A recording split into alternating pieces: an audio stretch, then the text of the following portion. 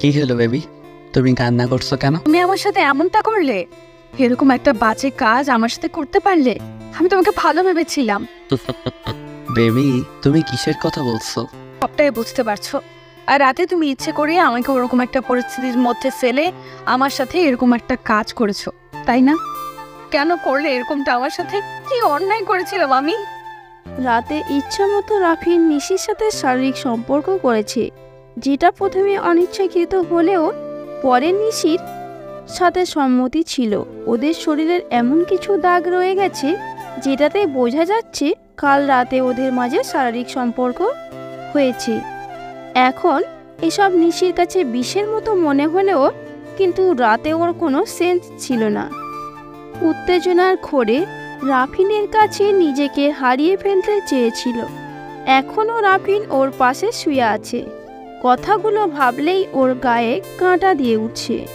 নিশি বসে বসে কান্না করে যাচ্ছে রাতে এরকম একটা ভুল করার জন্য। আপনারা কি ভাবছেন, এমনটা কেন বলছি? আসুন তাহলে মূল ঘটনাটা বলি। রাফিন ঈশানের বিজনেস পার্টনার, আর রাফিন বরাবর ঈশানকে নিজের শত্রু আর প্রতিদ্বন্দ্বী ভেবে এসেছে। কাল রাতে নিশির সাথে যা শারীরিক সম্পর্ক হয়েছে সে ওর স্বামী বা বয়ফ্রেন্ড নয়, বরং ওর স্বামীর শত্রু। ঈশান নিশির স্বামী, যে মানুষটাকে ও ভালোবাসে, যাকে পাওয়ার জন্য ও ঈশানের আম্মুর কাছে নিজের ভালোবাসার কথাগুলো কান্না করে বলেছিল। তো কিছুদিন আগে রাফিন ঈশানের সামনে এমন একটা ভালো সাজার নাটক করে যার জন্য ঈশান ওকে বন্ধু বানিয়ে ফেলেছিল। তারপরেই ওর উপর প্রতিশোধ নেওয়ার জন্য রাফিন ওর স্ত্রীর ফাঁদে ফেলে ওর সাথে এরকম একটা অনৈতিক কাজ করেছে। নিশি সেটার কিছুই জানে না, কিন্তু ভুলটা করার পর ওর মনে হচ্ছে ও কত বড় একটা ভুল করেছে। তো নিশির কান্নাকাটিতে রাফিনের ঘুম ভেঙে যায়। ও নিশিকে কান্না করতে দেখে একটা মুচকি হাসি দিয়ে বলে, কি হলো বেবি, তুমি কান্না করছো কেন? তুমি আমার সাথে এমনটা করলে, এরকম একটা বাজে কাজ আমার সাথে করতে পারলে? আমি তোমাকে ভালো ভেবেছিলাম। বেবি, তুমি কিসের কথা বলছো? তুমি সবটাই বুঝতে পারছো। আর রাতে তুমি ইচ্ছে করে আমাকে ওরকম একটা পরিস্থিতির মধ্যে ফেলে আমার সাথে এরকম একটা কাজ করেছো, তাই না? নিশির কথায় রাফিন একটা ডেভিল হাসি দিল। কেন করলে এরকমটা আমার সাথে?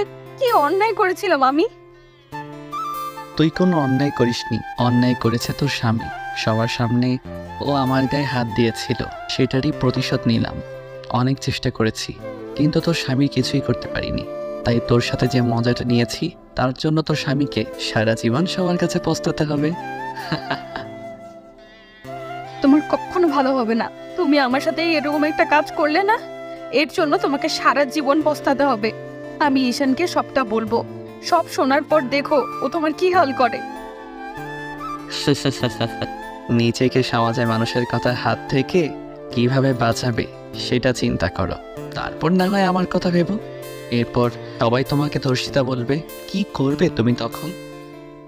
তুমি এত বাজে একটা ছেলে, সেটা আমার ধারণার বাইরে ছিল। রাফিন শুধু ডেভিলের মতো হাসছে।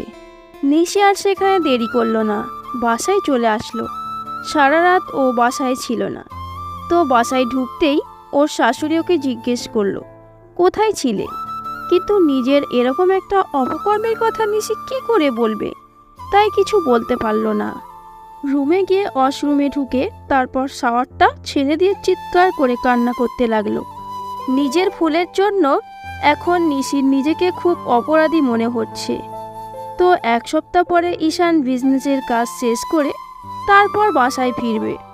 আম্মুর কাছ থেকে জানতে পারে কয়েকটা দিন যাবৎ নাকি নিশির মন খারাপ। তাই ও তাড়াহুড়ো করে রুমে আসে, দেখে নিশি রুমে মন খারাপ করে বসে আছে। ঈশান ওর সামনে গিয়ে দাঁড়ায় আর বলে, নিশি, কি হয়েছে পাগলি তোমার?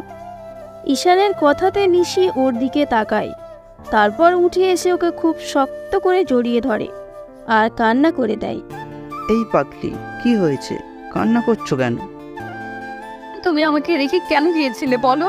তুমি জানো না আমি তোমাকে ছেড়ে থাকতে পারি না। এখন তো চলে আসছি, আর তোমাকে তো আমার সাথে যেতে বলেছিলাম, কিন্তু তুমি তো আম্মুকে ছেড়ে গেলে না। তাহলে এখন কান্নাকাটি কেন করছো? নিশির ভাবতেই ভয় লাগছে যে সব কিছু জানার পর ঈশান কিভাবে রিয়্যাক্ট করবে। আর নিশি তো ওর থেকে কোনো কথা লুকিয়ে রাখতে পারে না, তাই ও ভয়ে কান্না করে যাচ্ছে। একটা সময় ঈশান বুঝতে পারল কোনো একটা সমস্যা তো হয়েছে, যার জন্য নিশি এমন করে কান্না করছে। তাই ওকে ছাড়িয়ে নিয়ে ওর মুখের দুই পাশে হাত দিয়ে বলল, নিজে কি হয়েছে? তুমি কান্না করছো কেন? বলো আমাকে, কে কি বলেছে? আমি বুঝতে পারছি কিছু একটা হয়েছে, যার জন্য তুমি এভাবে কান্নাকাটি করছো। নিশি কান্না করেই চলেছে, কিছু বলতে পারছে না। ঈশানের অনেক জোরাজোরিতে একটা পর্যায়ে নিশি ওকে সবটা বলতে লাগলো। সবটা শোনার পর ঈশানের মনে হচ্ছে ও আর পৃথিবীতেই নেই। ভাবতেই পারছে না যে মানুষটাকে নাকি ও এতটা বিশ্বাস করেছিল, সে কিনা ওকে এভাবেই ধোঁকা দিল। নিশি কি করে পারলো এরকম একটা কাজ করতে?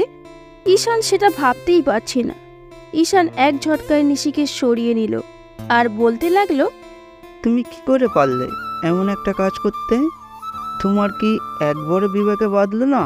ছি! আমার কথাটা বিশ্বাস করো, আমি ওরকম করতে চাইনি, কিন্তু ও আমাকে জোর করে এরকম একটা কাজ করতে বাধ্য করেছে, আমাকে ফাঁদে ফেলে এরকম একটা কাজ করেছে। তুমি কোনো বাচ্চা না যে তোমাকে ফাঁদা ফেলে এমন একটা কাজ করেছে। আমি তোমার সাথে জাস্ট কথা বলতে পারছি না, ঘৃণা হচ্ছে তোমার প্রতি আমার। তুমি এরকম একটা বাজে কাজ কি করে করতে পারলে? বাবা বিশ্বাস করো, আমি এরকমটা করতে চাইনি। ও আমাকে চুপ, একদম চুপ, আর একটা কথা বলবে না।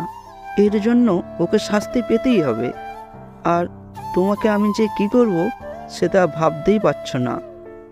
ঈশান কথাটা বলেই আলমারি থেকে একটা রিভলভার বের করে বাসা থেকে বেরিয়ে গেল।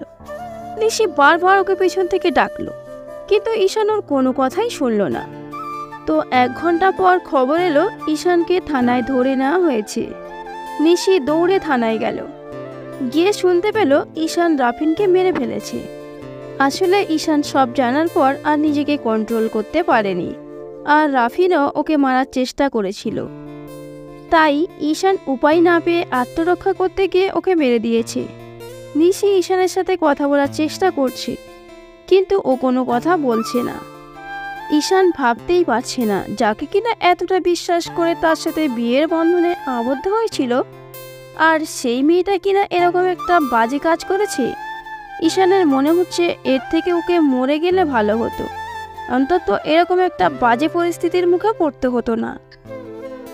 ঈশান বিশ্বাস করো, আমি এরকমটা করতে চাইনি। ও আমাকে ফাঁদে ফেলে। চুপ, একদম চুপ, আর কোনো কথা বলবি না তুই। ওর সাথে ওরকম একটা নোংরা কাজ করার সময় তোর মনে ছিল না? একটা বারও তুই আমার কথা ভাবিসনি। এখন বলছিস তোকে ফাঁদে ফেলেছে? তুই তো তখন মজালিতে ব্যস্ত ছিলিস, দেহের চাহিদা মেটাতে ব্যস্ত ছিলিস, যার কারণে আমার কথাটা ভুলেই গিয়েছিলিস। তোর মাটাতেই ছিল না। তুই একজনের স্ত্রী, আর তাকে তুই ঠকাচ্ছিস। প্লিজ তুমি এরকম কথা বলো না, আমি আর শুনতে পারছি না। এমন একটা বাজে কাজ করার সময় মনে ছিল না? এসব তোকে শুনতে হবে। তুই ভাবতে পারছিস সমাজের মানুষ শুনলে কি হবে? লজ্জায় মুখ তুলতে পারবো না আমি। এর জন্য তো তোকে শাস্তি পেতেই হবে। আমার কথা শোনো, আমি ইচ্ছে করে এমনটা করিনি। প্লিজ আমাকে একটা বার অন্তত বিশ্বাস করো। বিশ্বাস? কিসের বিশ্বাস? তোকে বিশ্বাস করেই ভালোবেসেছিলাম, আর আম্মুর কথাতে তোকে বিয়ে করেছিলাম। কিন্তু জানতাম মেয়েরা এরকম বেইমানি হয়, যার জন্য একজন আমাকে কষ্ট দিয়ে যাওয়ার পরেও তোকে বিয়ে করেছিলাম। আর তুই সেই ভুলটাই করলি। তোর সাথে আমার কথা বলার কোনো ইচ্ছাই নেই। তোর এই নোংরা চেহারাটা আমাকে দেখতেও ঘৃণা পাচ্ছে। তুই আর ভুলেও আমার সামনে আসবি না। আমি তোকে মুক্তি দিয়ে দেব। তোর সাথে আর সম্পর্ক রাখার কোনো প্রশ্নই আসে না। বিশ্বাস করো, আমি এরকম করতে চাইনি। আমাকে তুমি এরকম একটা শাস্তি দিও না, আমি তোমাকে ছাড়া থাকতে পারবো না।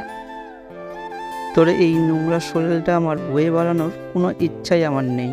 চলে যা, আমার চোখের সামনে থেকে। আর কখনো আসবি না আমার চোখের সামনে। আজকের পর আমি ভুলে যাব আমার লাইফে কেউ নিশি নামে ছিল। অন্যদিকে ঈশানের আম্মু বিষয়টা শোনার সাথে সাথেই নিজেকে আর সামলাতে পারেনি, স্টপ করে বসে। যে মেয়েটাকে কিনা উনি পছন্দ করে ছেলের সাথে বিয়ে দিয়েছিল, সেই মেয়েটা কিনা এরকম একটা কাজ করেছে, তাই আর নিজেকে ধরে রাখতে পারেনি। আম্মুর দাফনের সময় ঈশানকে সেখানে নিয়ে যাওয়া হলে ও পাগলের মতো চিৎকার করে কান্না করছিল। নিজেকে খুব বেশি অসহায় মনে হচ্ছিল ঈশানের, আর বারবার মনে হচ্ছিল দ্বিতীয়বার আবার কোনো প্রতারককে বিশ্বাস করে নিজের সবটাই হারিয়ে ফেলল। তো এক সপ্তাহ পর ঈশানকে কোর্টে ওঠানো হয়। তারপর অনেক তর্ক বিতর্ক, সাক্ষী প্রমাণ আর ঈশানের উকিলের প্রচেষ্টার মাধ্যমে ঈশান নির্দোষ প্রমাণিত হয়। জেলে থাকতেই ঈশান ভেবে নিয়েছে নিশি ওর সাথে যে অন্যায়টা করেছে আর ওকে যেভাবে ঠকিয়েছে, তাতে ও কখনোই নিশিকে ক্ষমা করবে না। ঈশানকে মুক্তি দেওয়া হলে ও থানা থেকে বেরিয়ে আসে, আর তখন নিশি ওর সামনে এসে দাঁড়ায় আর বলতে শুরু করে, ঈশান, আমাকে কি একটাবার মাফ করে দেওয়া যায় না? প্লিজ আমাকে মাফ করে দাও। মাপ? কিসের মাপ? তোর জন্য আমি সব কিছু হারিয়েছি। আমার শেষ আশ্রয়স্থল আমার আম্মুকে আমি হারিয়েছি। আমার সম্মানটা ধুলোর সাথে মিশে গেছে। তারপরেও তুই বলছিস তোকে মাফ করে দিতে? কখনোই না। আমি তোকে বলেছিলাম না তোকে মুক্তি দিয়ে দেব? এরপর তোর মুখ দেখার কোনো ইচ্ছাই আমার নেই। একটা বার মাফ করে দাও, আমি ভুল করেছি, তার জন্য যত পারো শাস্তি দাও। তারপরও আমাকে এত বড় একটা শাস্তি দিও না। শাস্তি তোকে পেতেই হবে। আর একটা কথা কি জানিস, তোর সব ভুলের ক্ষমা হয় না। তুই যে ভুলটা করেছিস তার জন্য তুই কোনো মাপ পাবি না। অনেক বিশ্বাস করে তোকে নিজের লাইফে এনেছিলাম, কিন্তু তুই সেই বিশ্বাসটাকে রাখতে পারলি না। ঈশান, আমি বুঝতে পারিনি এরকম একটা ভুল কাজ করে ফেলবো। প্লিজ আমাকে মাফ করে দাও, আমি আর কখনো এরকম কাজ করব না। ভুল করার সময় তোর মনে ছিল না? তখন বুঝতে পারিসনি? একবারও তোর বিবেকে বাঁধেনি যেই মানুষটাকে তুই ঠকাবি সে তোকে কতটা বিশ্বাস করে, কতটা ভালোবাসে? তুই সেটা ভাবিসনি। আর তুই বলছিস এরকমটা আর করবি না? তোদের মেয়েদের আমি আর বিশ্বাস করি না। তোরা এমন ভুল আর করবি না, তার কোনো সিকিউরিটি নেই। এরপর আমি আর কাউকে কখনো বিশ্বাস করতে পারবো না। উকিল সাহেব, ডিভোর্সের পেপারটা দিন। ডিভোর্সের কথা শুনে নিশির মাথায় যেন আকাশ ভেঙে পড়ল। উকিল ঈশানের দিকে একটা পেপার এগিয়ে দিতে ও তাতে সাইন করতে লাগলো। ঈশান, এত বড় শাস্তি আমাকে দিও না। প্লিজ আমাকে একটা বার মাফ করে দাও। আমি আর কখনো এরকম ভুল করব না, থাকতে পারবো না তোমাকে ছাড়া। অনেক ভালোবাসি, প্লিজ আমাকে এরকম একটা শাস্তি দিও না। একটা সুযোগ দাও। বেইমানের কোনো সুযোগ নেই আমার কাছে। ঈশান কথাটা বলেই নিশির হাতে ডিভোর্সের পেপারটা দিয়ে সেখান থেকে চলে গেল। নিশি কান্না করতে করতে সেখানেই হাঁটু করে বসে পড়ল। নিজের ভুলের জন্য আজকের নিশির খুব বেশি অসহায় মনে হচ্ছে। আসলে ভুল করার সময় মানুষের মনে থাকে না, কিছু ভুল আছে ফাঁদে পড়ে করতে হয়, আর কিছু ভুল আছে নিজের ইচ্ছাতেই আর বেখেয়ালের জন্য হয়ে যায়। আর সব ভুলের তো ক্ষমা হয় না। তেমনি নিশিরও একটা ভুল ছিল যেটার জন্য ঈশান ওকে মাফ করতে পারেনি। সবাই ভালো থাকবেন আর চোখ কান খোলা রেখে চলবেন। এমন কোনো ভুল করবেন না যার জন্য প্রিয় মানুষটাকে হারাতে হয়। ধন্যবাদ। আল্লাহ হাফেজ।